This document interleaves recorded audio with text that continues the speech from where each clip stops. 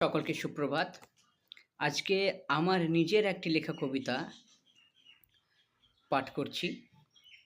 কবিতার নাম 'কবি হতে পারলাম না'। এটা লেখক এবং আবৃত্তি করছি আমি নিজেই। আমি কবি হতে চেয়েছিলাম কিন্তু পারলাম কই। ভেবেছিলাম ছোট্ট মিষ্টি মেয়েদের নিয়ে কবিতা লিখব। কিন্তু খবর পেলাম সেই মেয়েটি ধর্ষিত হয়েছে। আর তার ধর্ষকেরা বুক চিত্রে ঘুরে বেড়ায়। তাই আর কবিতা লেখা হলো না। ভেবেছিলাম যুবকদের নিয়ে কবিতা লিখব। কিন্তু সেই যুবকরা কাজ না পেয়ে পথে ঘাতে দিন কাটায়। ভেবেছিলাম ছোট্ট ছেলেদের নিয়ে কবিতা লিখব। কিন্তু দেখলাম সেই ছোট্ট ছেলেটি রাস্তায় ভিক্ষা করে, কেউ ট্রেনের হকার। ভেবেছিলাম ছাত্র সমাজ নিয়ে কবিতা লিখব।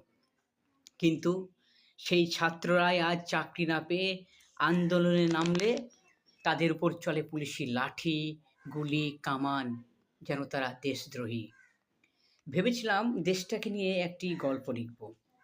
কিন্তু দেখলাম দেশের প্রজারা এক মূর্খকে রাজা বানিয়ে তাদের দরকার নেই কোনো চাকরির না কোনো কাজের। তারা ভিক্ষা নিয়ে খুশি।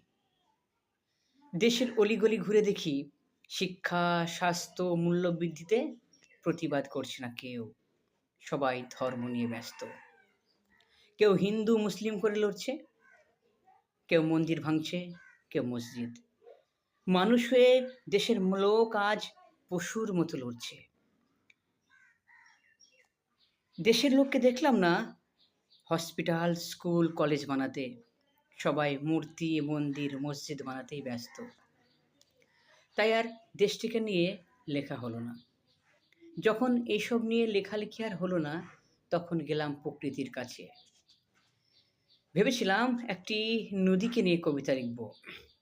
কিন্তু নদীর কিনারে গিয়ে দেখি নোংরা আবর্জনায় তার মুখটি বন্ধ হয়ে গেছে।